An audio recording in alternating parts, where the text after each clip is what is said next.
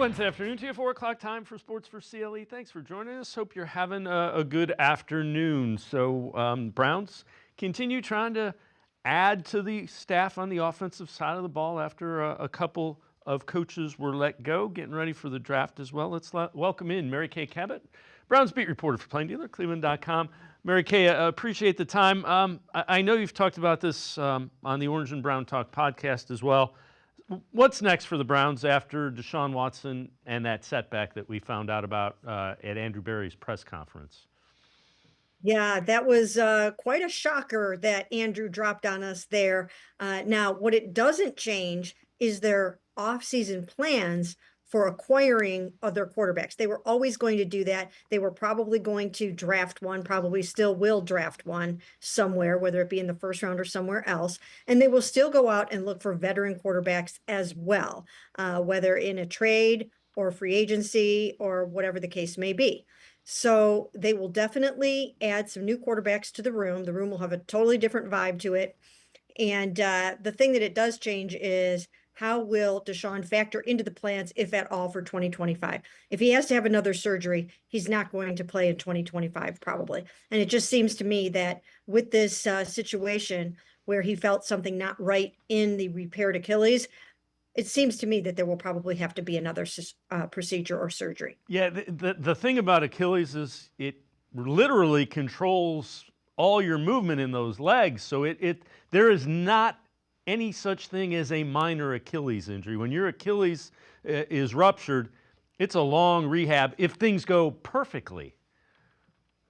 Oh, yes, absolutely. I mean, it's a 9 to 12 month rehab to begin with. So he was already looking at being ready probably for the start of training camp. But, you know, that's just to start practicing. To actually get out there and be ready to play good football, you know, that's up to a year, or sometimes you're not even yourself until the year after that. So this really puts a dent in his plans, I know, to come back and try to play for the Cleveland Browns this year.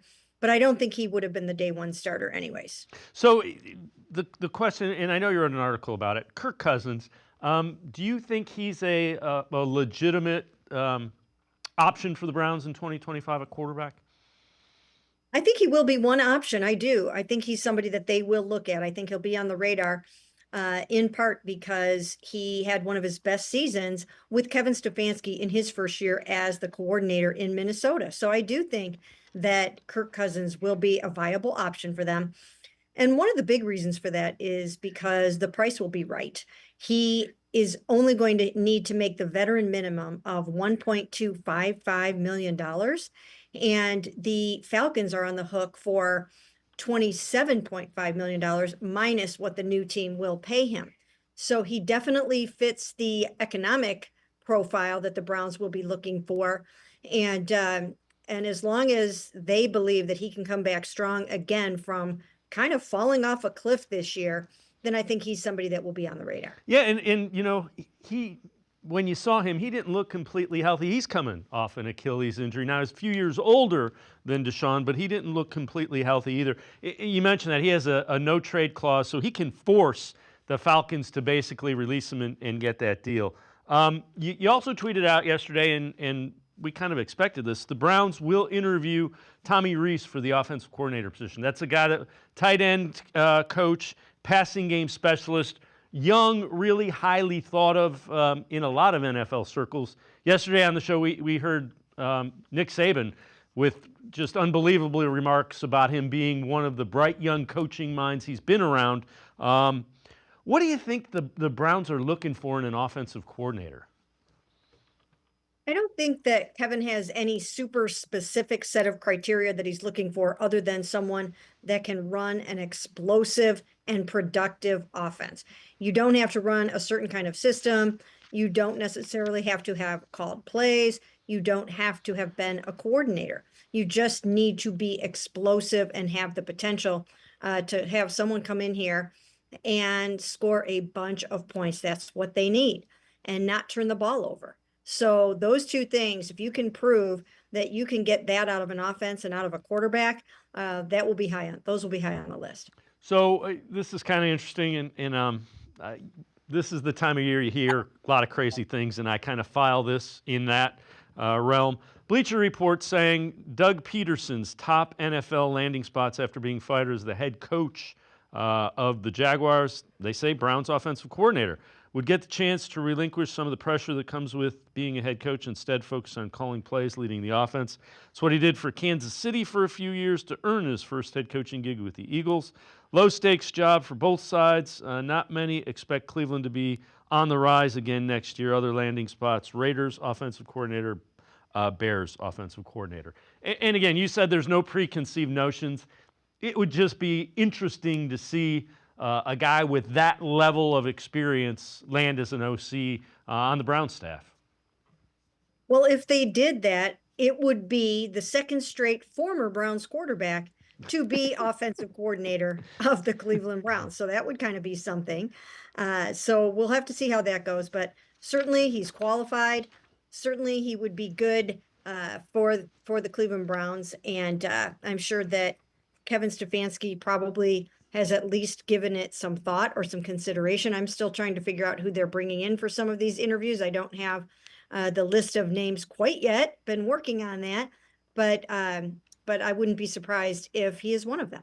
So we will we'll tell people, make sure you follow Mary Kay on Twitter. She'll be sending that out. She'll be writing about it. So check the Plain Dealer, cleveland.com as well. All right, we're going to head to the voicemail of Truth and Reason for the first of many today. Yeah, so we now have the number 2 pick overall. I say bring in a veteran quarterback, even if it's Cousins. Draft Riley Leonard with later, like a second or third round pick. But take that number 2 pick and offer it up to the Raiders or the Giants to see who wants to be the highest bidder for it, and get as much as you can for it. And let's see what we can do as far as filling in all our holes and building up our draft capital for this draft and possibly the next. Not sure Cam Ward is the guy. I'm not sure Dion Sanders would ever come. But anyway, we need a pocket passer, a guy that can run Stefanski's offense now that Ken Dorsey's finally gone, which was the best decision so far. First of many good decisions, I hope. As always, appreciate all the voicemails. Mary Kay, we kind of had alluded to that. At what point, so they're going to grade all of these quarterbacks, and we don't know any of them. Right now, Riley Leonard's a guy that runs more than he passes, but that, they'll evaluate him when the time comes. How do you determine whether you take a quarterback at 2? How high do you think the grade has to be on, either Sanders or Ward for the Browns to take them at 2? He has to be pretty high, but I will say that, the NFL teams haven't gotten involved in evaluating these quarterbacks yet. That will start in earnest when we all head down to the Senior Bowl in a couple of weeks in Mobile, Alabama. That's when we'll start to figure out what the NFL types are believing and thinking about these quarterbacks. So looking forward to doing that. And then, the Browns might have someone else in mind besides those 2. I don't know if they do or not, but there might be a sleeper quarterback that they like better than one of those guys. And, in that case, maybe it's someone that they would develop for a year or 2. So I don't know what their thinking is. I don't know what where they're going with this just yet, but certainly they will look long and hard at every possible quarterback option. And, I don't think they're just going to look for somebody that can be, this or that. I think that they're going to look for the best quarterback possible and then maximize his skill set. The other thing is, relative to this year's draft capital, Browns have more than anybody in terms of picks, quality of picks, and number of picks. That we had that yesterday on Tankathon. This is really interesting, too. This is cool. This is from Hard Knocks. Myles Garrett interacting with Roger Rosengarten, who is a rookie offensive lineman for the Ravens. Nobody can. I get that jersey up there. Hey. You in the league, y'all winning games, y'all looking great. You ain't never nobody. I got you. Got me? Yeah. Appreciate you. So, Mary Kay, that was Roger Rosengarten wanting Myles Garrett jersey, and him coming up and saying he was a nobody was the beginning of that. So it was kind of cool, and it shows you how well respected Myles Garrett is by players. Oh, yeah, absolutely. And it really does show you that Myles Garrett isn't going to big time a player like that who isn't one of the biggest names necessarily in the NFL. He gave him the respect right back. And I thought that was really cool. And he's going to get a jersey out of it too. So I thought that was it was a nice little glimpse into Miles. So I know you wrote an article, just Andrew Berry and what they expect to get done with Myles Garrett and kind of the long-term view relative to Garrett with the Browns. Take us through that. Yeah, I mean, basically, with everything that's gone on with Miles, with him saying that he wants them to show him the blueprint for how they're going to win in 2025 and beyond, and with him also saying after the game that he wants to revisit a contract extension. That was news after the game. Andrew Berry basically came out and told us during the press conference that he believes Miles will go straight from Cleveland to Canton. Of course, there will be a 5-year break in the middle there. But he believes that he will finish his career as a Cleveland Brown. So that leads me to believe that they must have had a pretty good exit interview when they talked, and that they have at least done their part in trying to convince Miles that they're going to get back to winning right away. Now, I did ask him after the game, will you take some time, the way Joel will, to see how your body feels and let everything settle down before you make a decision? He said yes, but Andrew sounded very, very confident that this is going to go in the right direction. Mary Kay Cabot, Browns beat reporter for Plain Dealer, cleveland.com, and I are going to step aside, take a quick time out. We'll head back to the voicemail of Truth and Reason when we return. Ted. Hi, Betty. Oh no, you wrapped yourself into a daze. Holidays. You need a break, so I got you Ohio Lotteries Home for the Holidays and Merry Money Scratch-Offs. You could win up to $500,000 or $1 million. Oh, thanks, hon. And they have games on the back. Has anybody seen my glasses?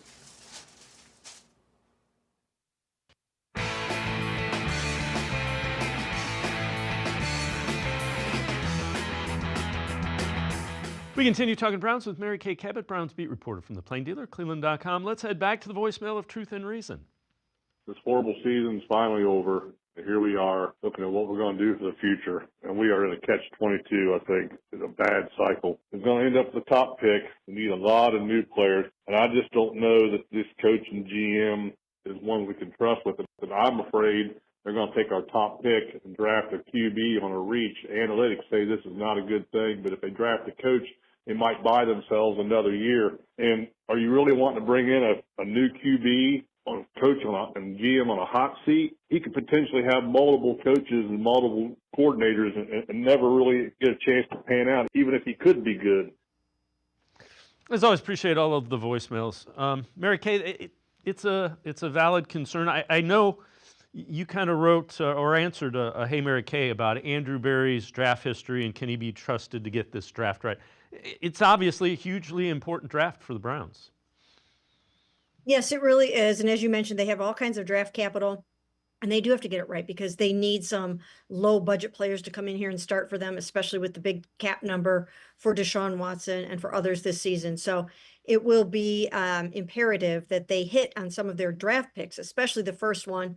And then, of course, in the second, third, fourth round as well. So they need to get some really key players out of this. And, you know, his first 2 first-round picks didn't exactly pan out the way that they would have wanted, especially Jed Wills Jr., who probably won't be back next year. If he is back, he will be back on a low-budget backup contract. And that's not what you expected for your number 10 overall pick, your left tackle of the future it was supposed to be.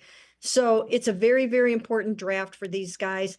I do trust them to get it right, but I also have been saying this over and over again. I would bring in a few other sets of eyes to get on the quarterback situation.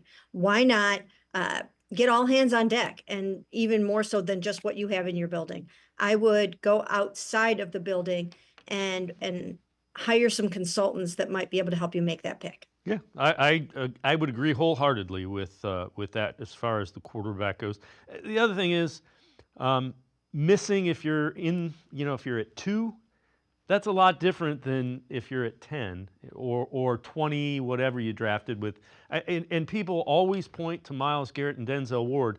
Those were the first and fourth picks overall in a draft. Those were pretty consensus picks that not many people were deviating from. Yeah, I still think that number 10 is really, really high. You've got to get number 10 right. Yep. I would say that even all the way down to 15, you can't really afford to miss on one of those really nice high picks.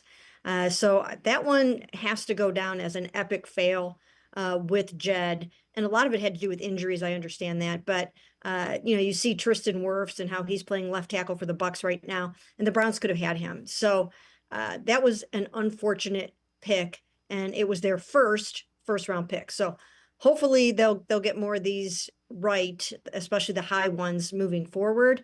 But it is such an important draft.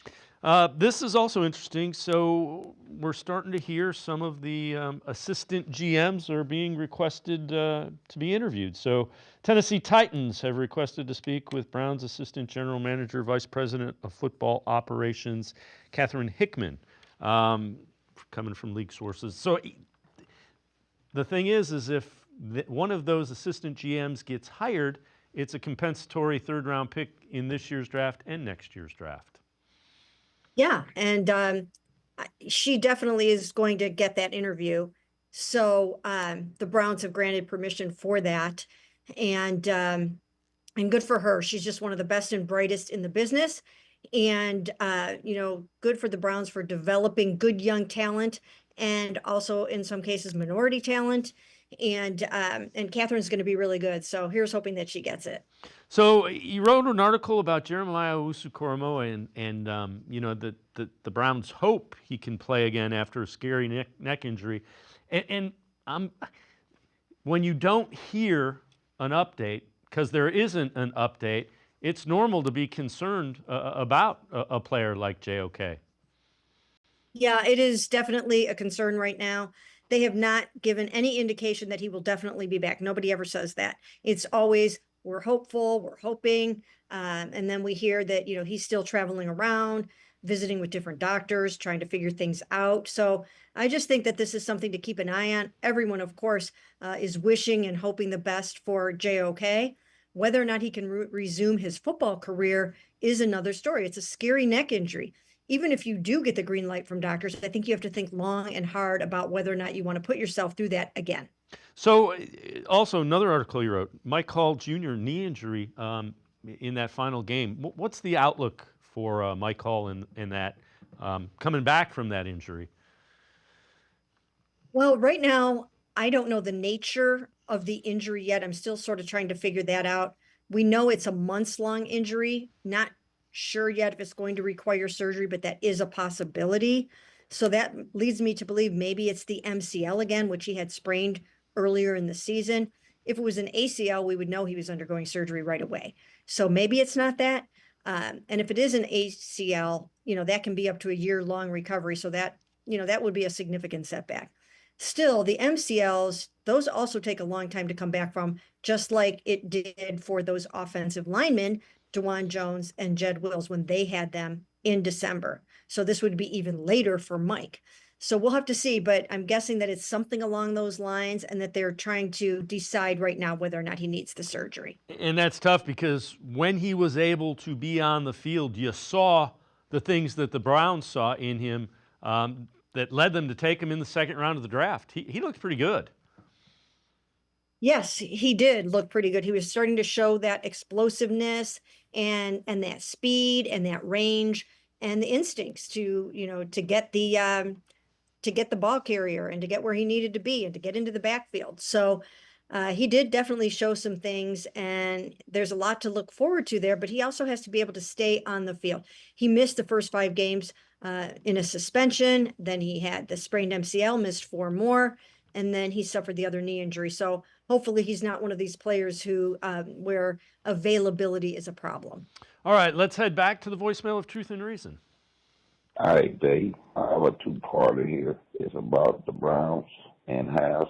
I noticed you say he spends a lot of money. He spends a lot of money because it's loopholes in the taxes. Plus, he owns a soccer team in Green Bay.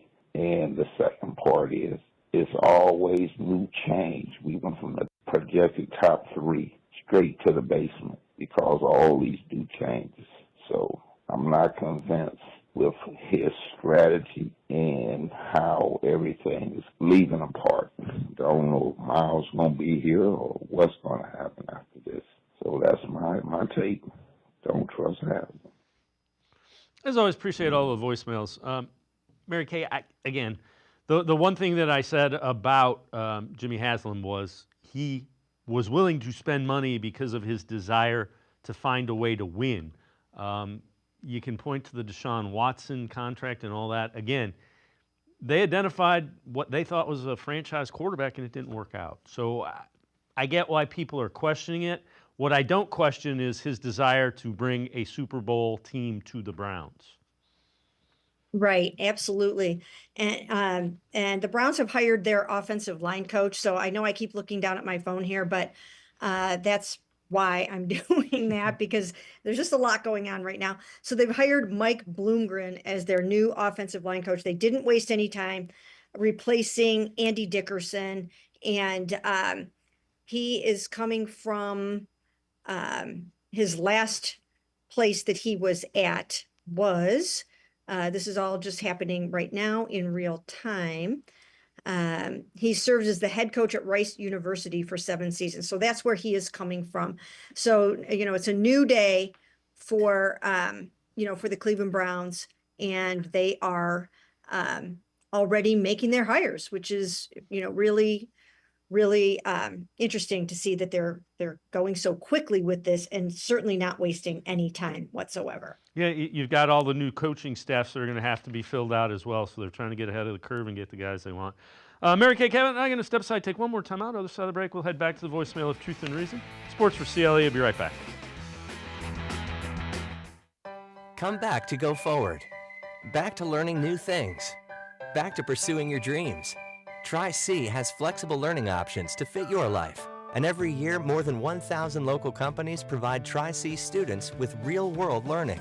The right education can boost your lifetime earning power by hundreds of thousands of dollars. Start now with a college education you can afford. Tri-C, where futures begin.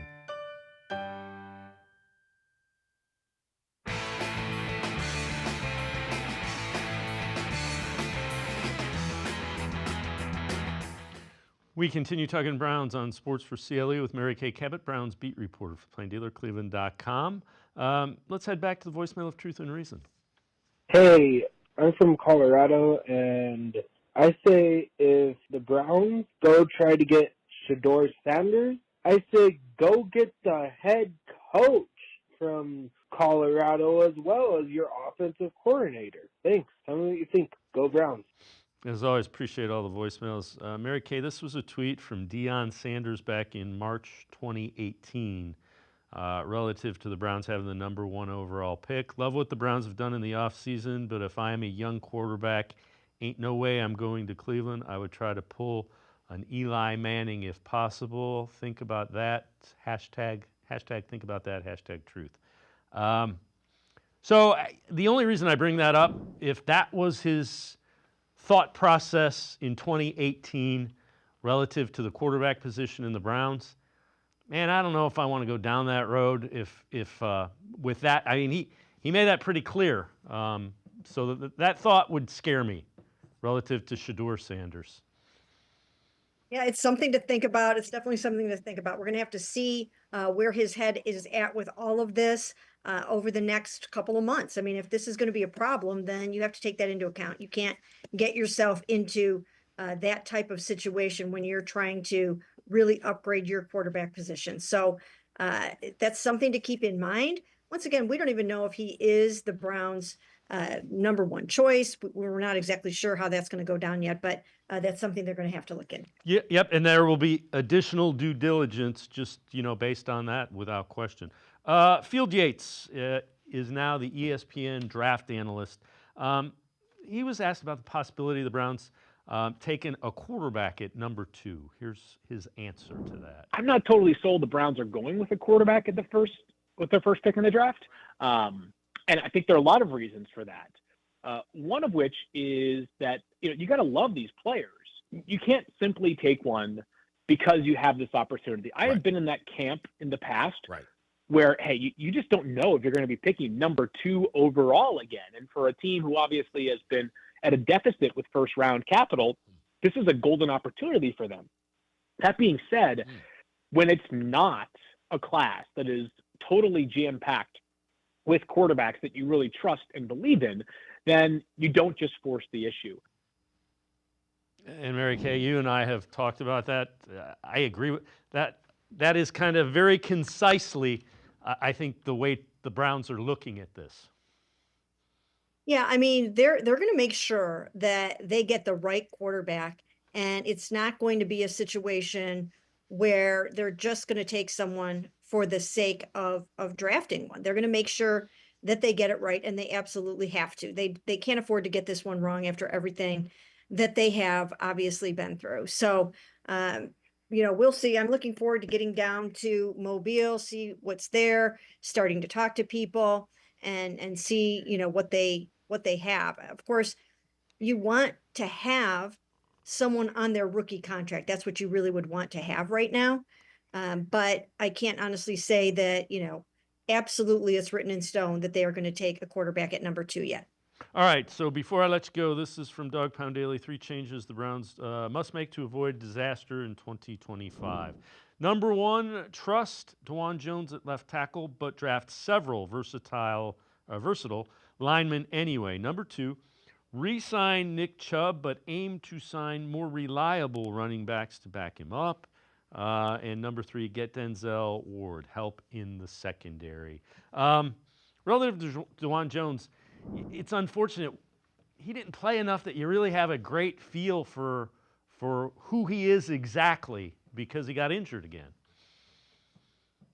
Yeah, that's difficult. That's really, really tough because you're not exactly sure, and he's not going to be able to work out this whole entire offseason. So this is going to be a little bit challenging, but they are going to count on him. They believe that he can be the guy. And, I think they're going to have to make sure that they have some backup plans, but he is penciled in right now as the starting left tackle with Jack over on the right side for the most part. So that's, that's what it's going to be for now. And then we'll have to see how he comes back from the injury. I love the idea of bringing Nick Chubb back on an incentive type contract. I also would say they probably look to find one in the draft. It's supposed to be a deep running back draft.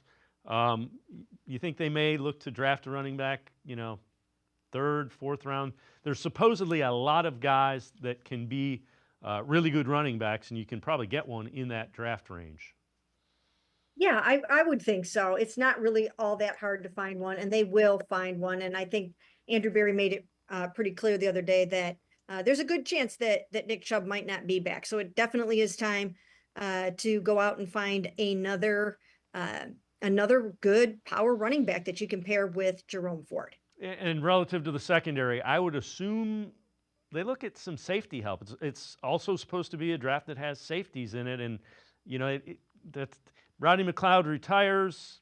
Who knows what happens with Juan Thornhill? That looks to be an area they're probably looking to upgrade as well. Yes, that definitely is something that they will look at. And we know that Andrew Berry loves his defensive backs. So we will definitely see him go out and try to find some other defensive backs. And, we know that Martin Emerson Jr. needs to rebound from a little bit of a challenging year. So these are some other positions that they will definitely be looking at. Mary Kay Cabot, as always, appreciate the time and the insight. We'll let you get to writing the story about the new offensive line coach. Thanks so much, Mary Kay. Okay, thanks a lot. All right, Mary Kay Cabot, make sure you check her out. She will have a story on the Browns' new offensive line coach coming up, cleveland.com. You can also check it out in the Plain Dealer. We're going to step aside, take a quick time out. We continue talking Browns. Tim Bielik from the Plain Dealer, cleveland.com, straight ahead. Stay with us. The Ohio Lottery Partners in Education program is dedicated to recognizing exceptional students, teachers, and schools throughout Ohio. Scan the QR code on screen to nominate students and teachers as Academic All-Stars and Teachers of the Month. They must be currently enrolled or teach in grades K through 12. Is your K through 12 school developing students' literacy skills to achieve success in reading? If so, you can nominate your school for the School of the Year. Students can win $100, teachers can win $500, and schools can win $2,500. Scan the QR code, fill out the forms, and nominate deserving students, teachers, and schools today. The Ohio Lottery Partners in Education program takes pride in honoring exceptional students, teachers, and schools across Ohio. Submit your nomination today. It's fun, fast, and free.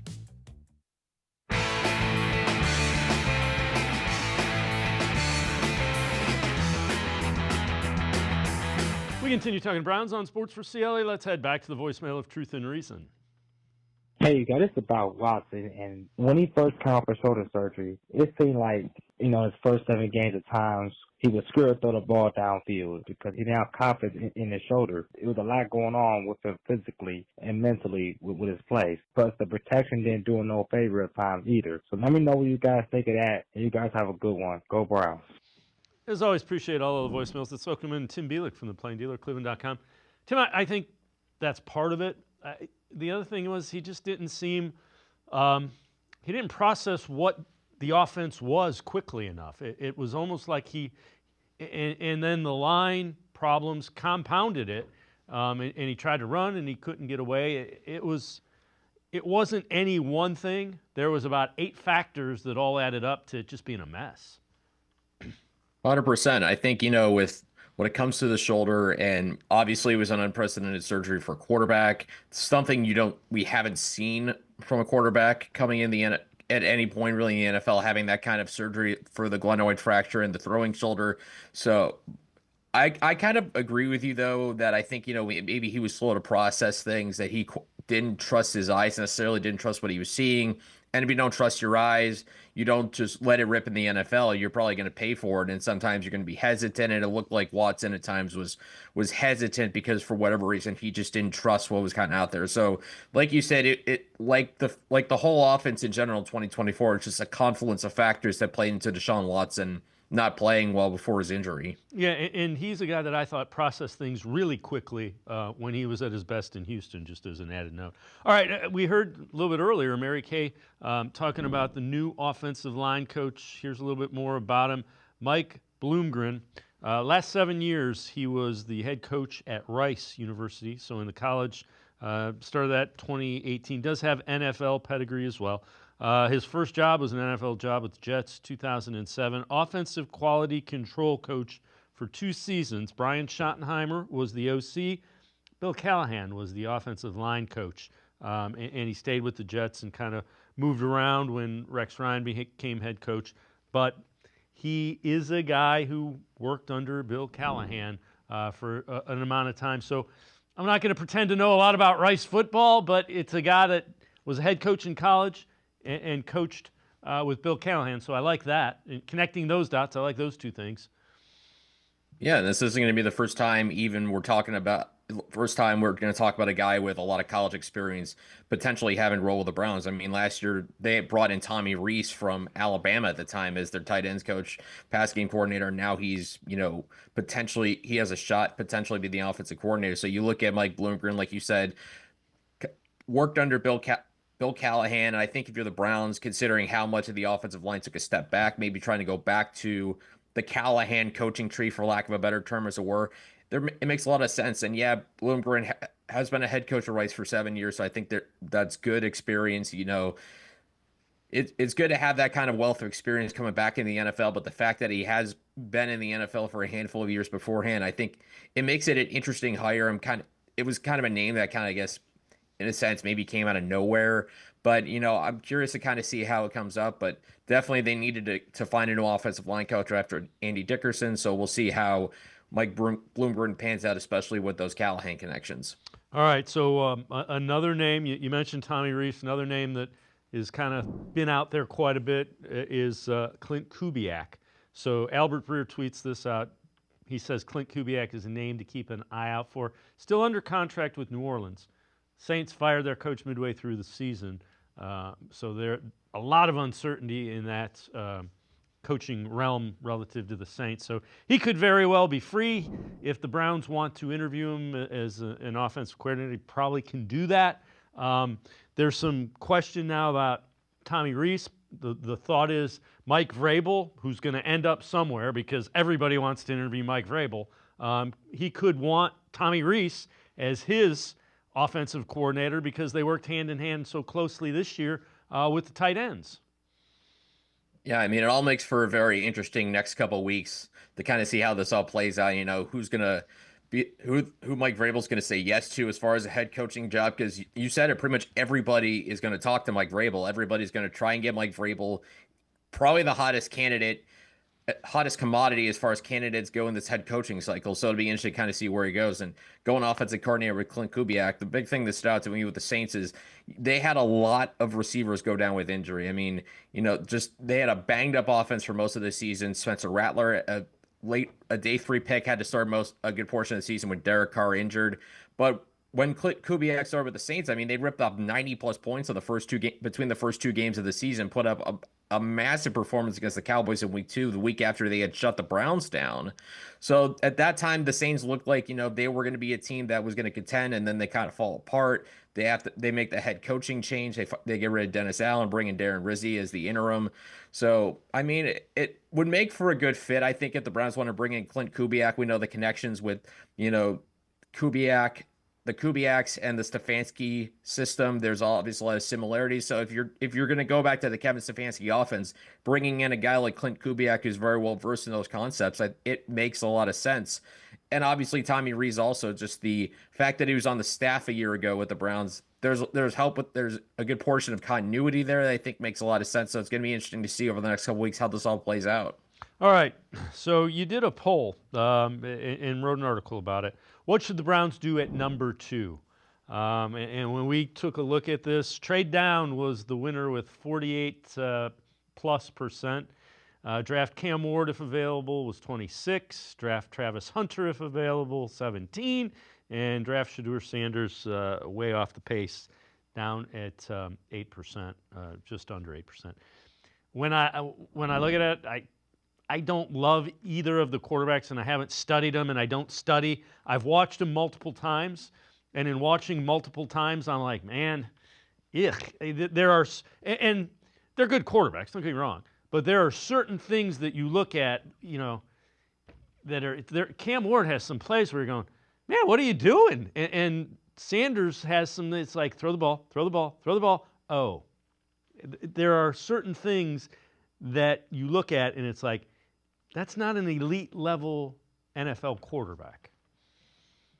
Yeah, I think when I look at this draft class, if I were just kind of putting Shedeur in my mind, you stack it up to last year's class just purely as prospects, not based on how they've panned out in the NFL, but as prospects, I would put Shedeur after Drake May. So after that top 3, Shedeur is kind of in that area where I would maybe in a similar vein to Bo Nix, I think, as far as a prospect is concerned. I did a YouTube short on this yesterday. I think he's getting undervalued because he didn't have a running game last season. Colorado had the worst rushing attack in college football by 12 yards behind the next worst, which was Kent State. And when you look at he really had no talent around him. Outside of Travis Hunter, you could look on like NFL mock draft database. There's not a guy in the top 275 out from Colorado outside of Travis Hunter on his team. So basically, he had to do all that out, with the exception of Travis Hunter, largely on his own merit. So I get some trepidation with Shedeur Sanders. I understand it. You know, the idea that maybe he holds the ball a little too long and certain things like that. But I wonder how much of that is just because, you know, he just didn't necessarily have a lot of help around him, especially up front on the offensive line where he had been sacked a lot the last 2 seasons. But I think Sanders' processing ability stands out to me. If you read my article that I put up earlier today, where I go through my options, that's number 1 for me. There's a link I have there to a Charles Robinson story from earlier this month, and he basically reported that Tom Brady is a big Shedeur Sanders fan, and I think that's a pretty good endorsement. If you have Tom Brady's endorsement, that's a pretty good endorsement right there. So I was kind of surprised with the poll that is kind of how far it went. Maybe not necessarily trading down was number 1. I kind of figured that'd be a popular possibility, but Shedeur being dead last in the poll by a good amount was kind of not my anticipation and not my prediction, because if I looked at the 2 quarterbacks, I would take Shedeur over Ward. I feel like there's a lot of questions with Cam Ward's ability to play in structure, like you said, the times when he could play a little too much hero ball. And I think whoever he goes to is going to have to tap into that Superman ability and tell him, hey, it's okay to hit singles. It's okay to bunt once in a while, throw the ball away. You don't have to make a play every single time. With Shedeur, I think there's less of that because I think he's more cerebral than people give him credit for. He's hyper accurate. He makes good decisions. He played under Pat Shurmur. We all remember Pat Shurmur, of course, from coaching the Browns and the Giants as head coach. Him being Shadeur's offensive coordinator in 2024, I think helped. I think it helped Shedeur take a step forward.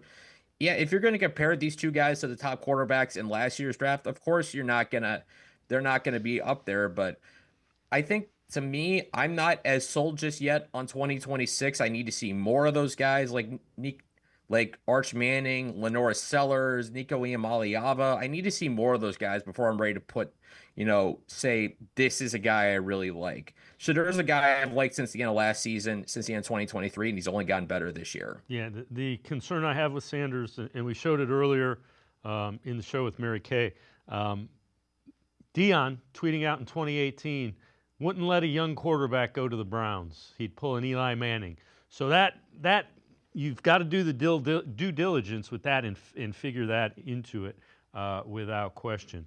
Tim Bielik and I are going to step aside, take a quick time out. Other side of the break, we'll head back to the voicemail of Truth and Reason. Sports for CLE. We'll be right back. Stay with us. Ted. Hi, Betty. Oh no, you wrapped yourself into a daze. Holidays. You need a break, so I got you Ohio Lotteries Home for the Holidays and Merry Money Scratch-Offs.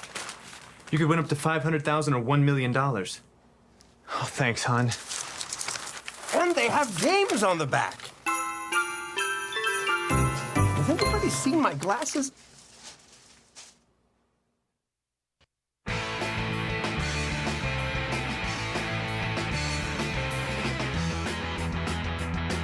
We continue talking Browns with Tim Bielik from the Plain Dealer, cleveland.com. Let's head back to the voicemail of Truth and Reason.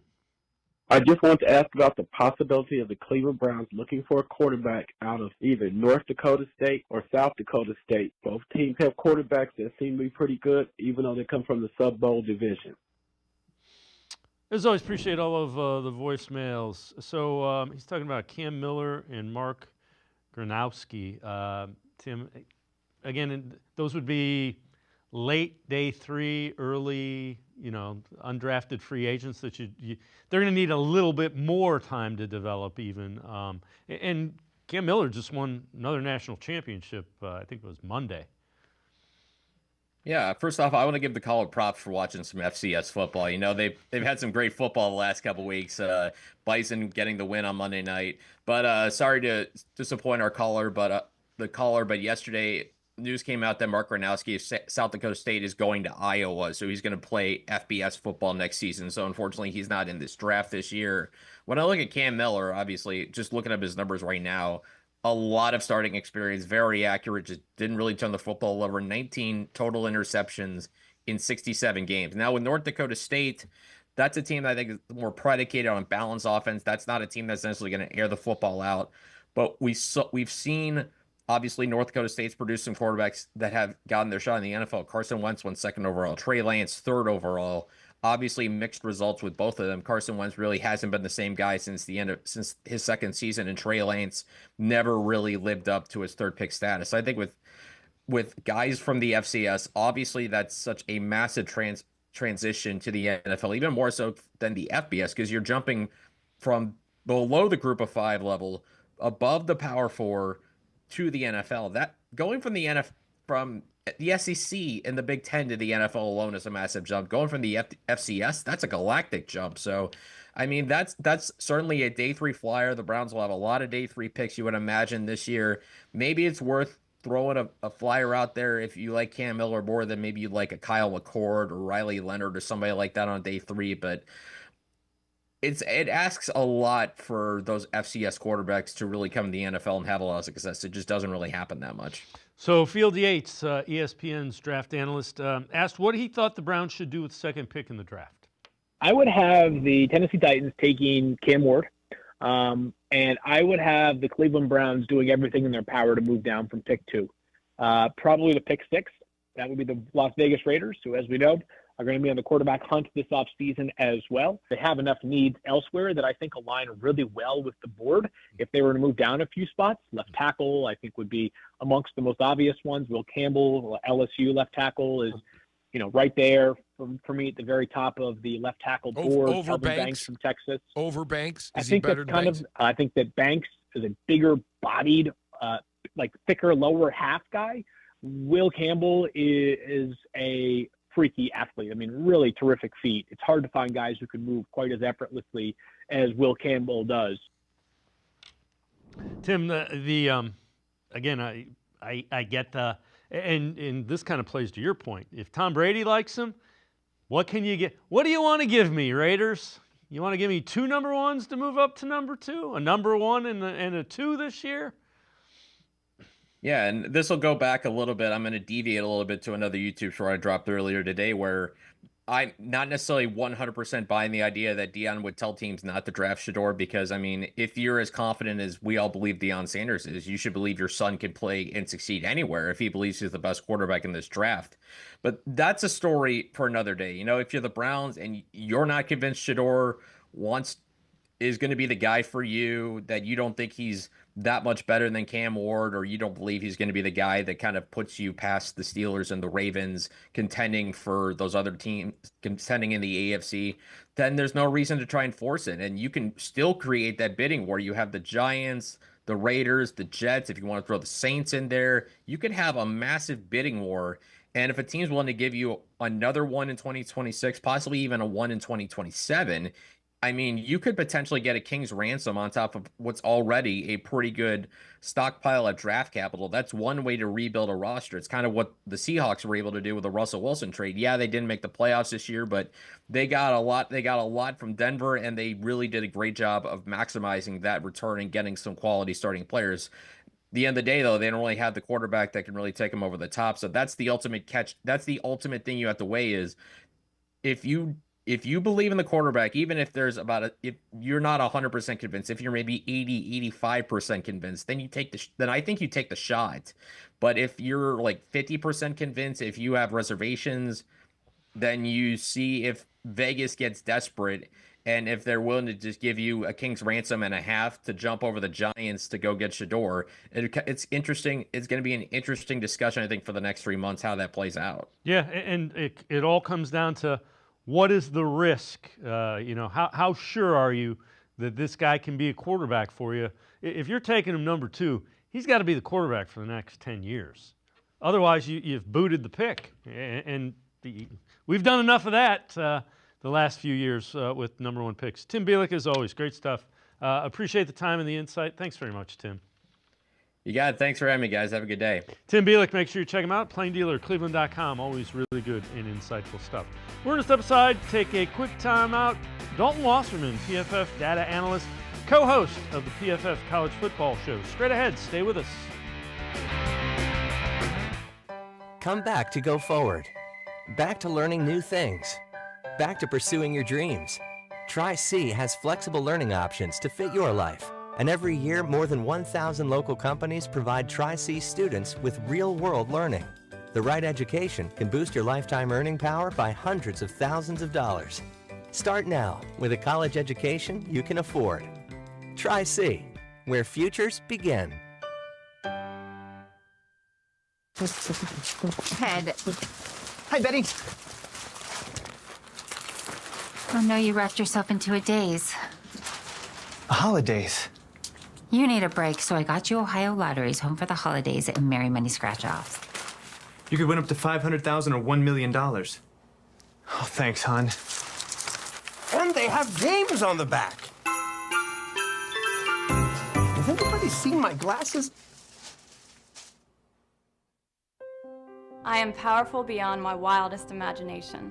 I will define my future. I will keep challenging myself to improve. Because I am a future leader of this great nation. I will be responsible for raising a beautiful family. And educating not only my generation, but many more to come. I will make a difference in my community. And I will stand up for what I believe in. I will not settle for simply chasing my dreams, I will achieve them. Because I was given a chance. An opportunity. A home. at Family, Career, and Community Leaders of America. The ultimate leadership experience. FCCLA has been one of the greatest experiences of my life. It's made me who I am today. Join us. We'll build a new future together.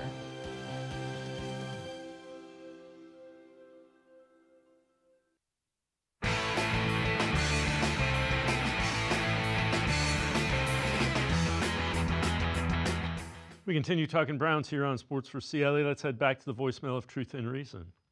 Hello, fellas. I just have a quick thought that I would like your opinion on. Why don't I hear anyone talking about Will Howard as a quarterback for the Cleveland Browns? I think he would be excellent. Thank you. As always, appreciate all the voicemails. Let's welcome in Dalton Wasserman, PFF data analyst, co-host of the PFF College Football Show. Dalton, I don't watch nearly as much college football as you. I've seen Will Howard play. I think he's a competitive guy.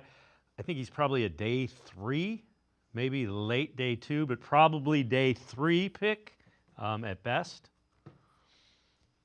Yeah, no, I agree with you, Dave. I think right now, the way he's played the second half of the season, he's gotten himself into NFL draft consideration. I wouldn't bat an eye if he was taken in round 5 or 6. And coming into the year, I don't even think that was the case, right? He came from a run-heavy team in Kansas State that really did a good job of using him in play action, and he's got kind of limited arm talent. There's definitely a limited range on where his arm can get him, but I think as accurate as he's been lately and as well as he's run Chip Kelly's offense, I think a day 3 consideration is very much in play, like it is for a lot of the quarterbacks beyond the first 2 in Cam Ward and Shedeur Sanders. All right, let's shift our attention to the college football playoffs.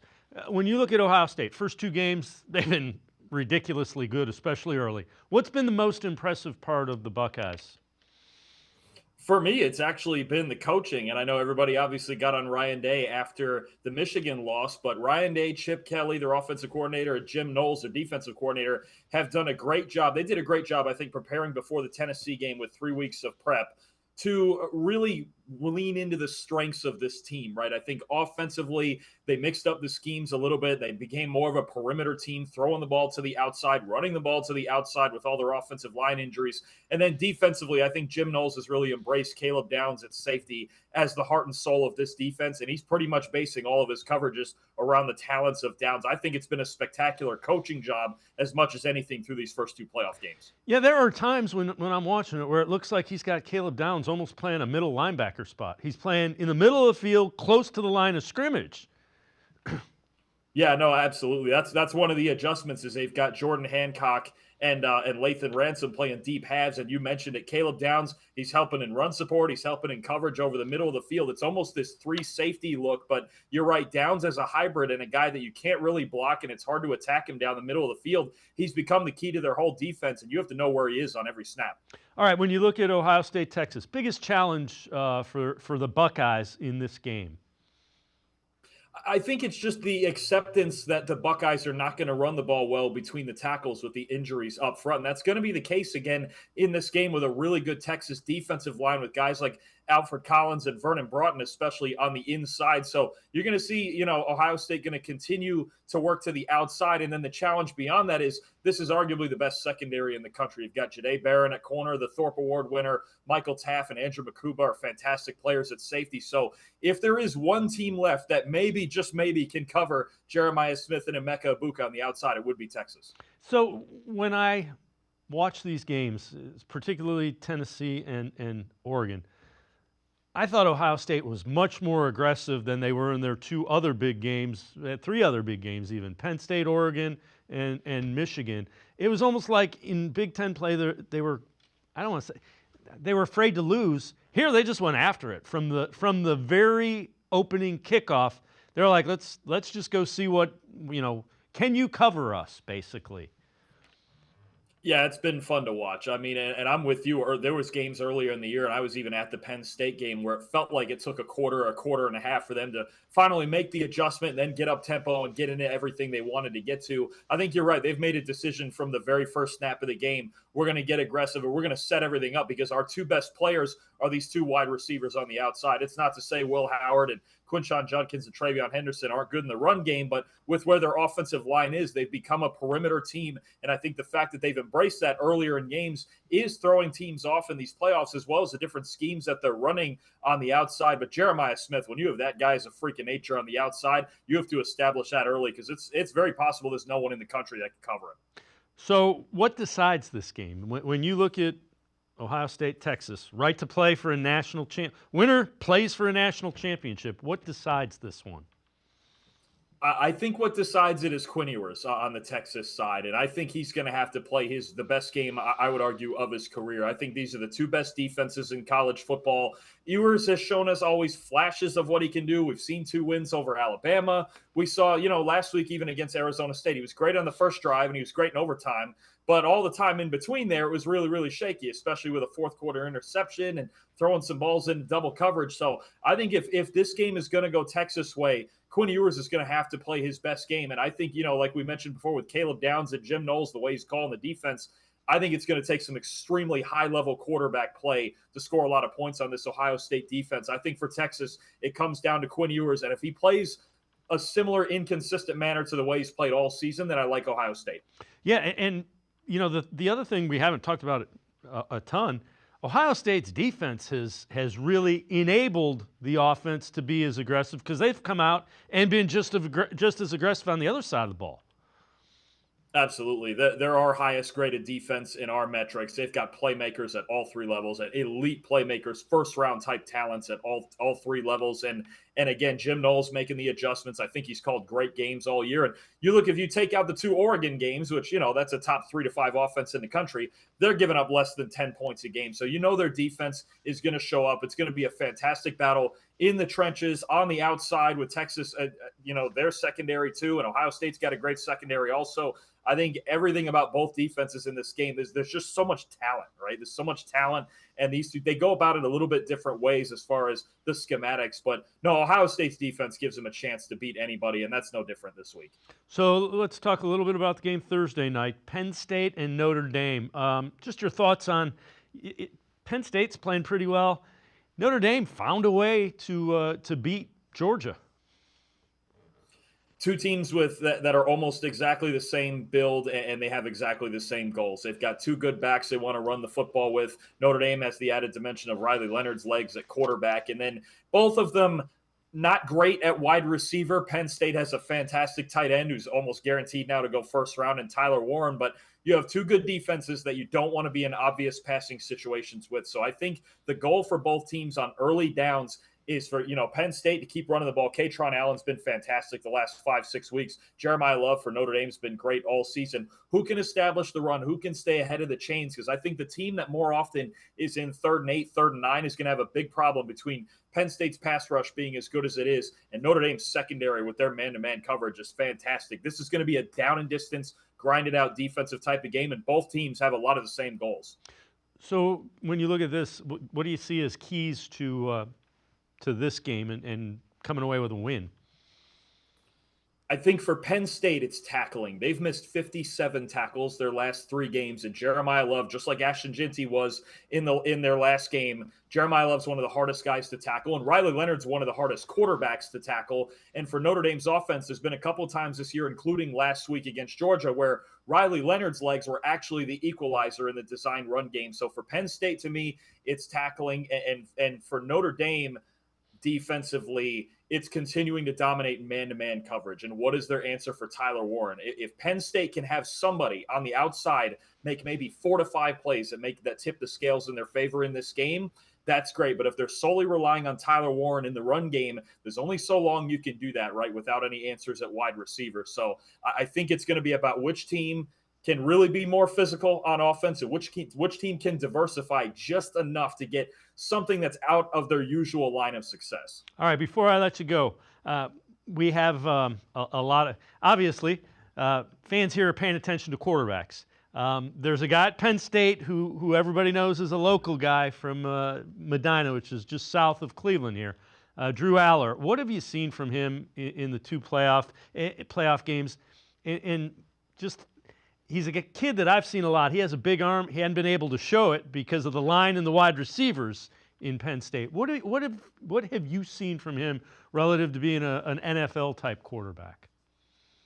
He's letting it rip. I actually don't think I've seen much different than we've seen all season. He's a terrific thrower over the middle of the field. You mentioned an absolute cannon for an arm. Probably he would enter the draft with probably the strongest arm out of anybody immediately. Really good over the middle of the field. Sometimes the ball placement is shaky, especially when he's off platform. But I think especially in that Boise State game, he was really letting it rip. And there was even a couple balls dropped that he threw fantastic balls downfield. You have a guy who can make every single throw without question. It's a matter of footwork and accuracy. And again, like you mentioned, Penn State's wide receivers for 2 years, both of his years starting, have not been particularly good. So I think there's going to be, when it comes to whenever he comes out in the draft, projecting how his talent translates with a better talent base in the NFL and better wide receivers, right? But I think he's unafraid to make any throw on the field, and that really could help him in this Notre Dame game where they're bound to see a lot of tight coverage.